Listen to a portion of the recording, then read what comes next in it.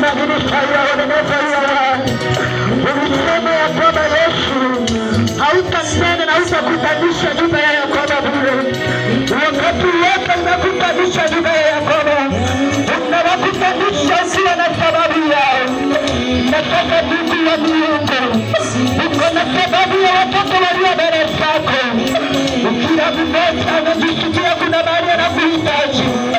Naomba ya kwamba tuomba Mungu. I follow hands on them.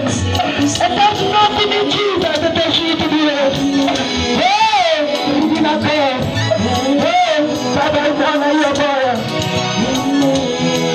Unaona ile neema anahitaji katika jina la Yesu. Ninaachilia hiyo neema. Ninaachilia hiyo neema. Katika jina la Yesu Kristo. Hiyo neema hiyo pia leo. Neno la Bwana linasema jasiriwe mbinguni. Neema ya siku ya leo ifanye upya kila anahitaji. Ninamwachia hiyo neema mara ya kwanza. Mara ya pili ninamwachia hiyo neema. Mara ya tatu ninamwachia hiyo neema. Pokea hiyo neema. Neema ya kufanya kila ungeweza kufanya. Neema ya kuendelea na kila ulikuwa umeanza kufanya. Neema isiyokuwa ya kusikiza. Neema isiyokuwa ya kusikia kurudi nyuma. Neema ya kusonga mbele. Ndiyo naachilia kwa dada yangu. Neema, neema. Neema, neema, neema, neema. Ni kwa neema tumeokoka. Ni kwa neema tunakutumikia Baba. I read the grace of God. The grace you need to open the glory. Your grace when I read in the name of Jesus. Mara ya kwanza naachilia hiyo neema. Neema ya kuendeleza mahali aliyoachia. Neema ya kuanzia jambo lingine. Neema mara ya pili. Neema mara ya tatu. Neema sio ya kukwama katika jina la Yesu. Pokea kwa jina la Yesu.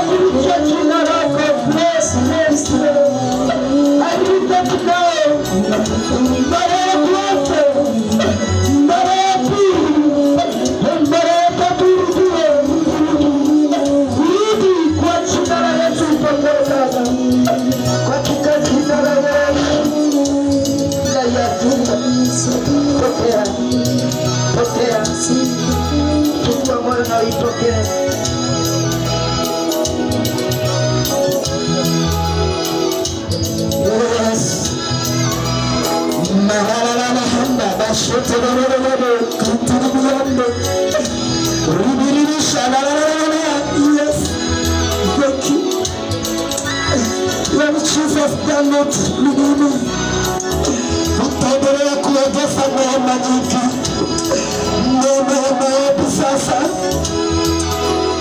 neema ya kupigana vita sasa, sword of the spirit,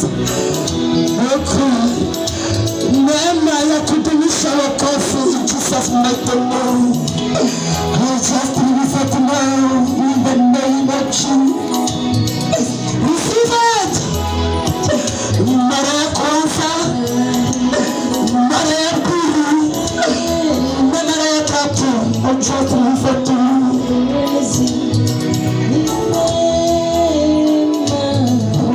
neema ya kudumisha na kuvumilia, neema ya kujua kupigana vita za kiroho. Ninaiachilia sasa juu ya maisha yako, hutakuweza tena. Ninaiachilia mara ya kwanza, ninaiachilia mara ya pili, mara ya tatu pekee. In Jesus mighty name.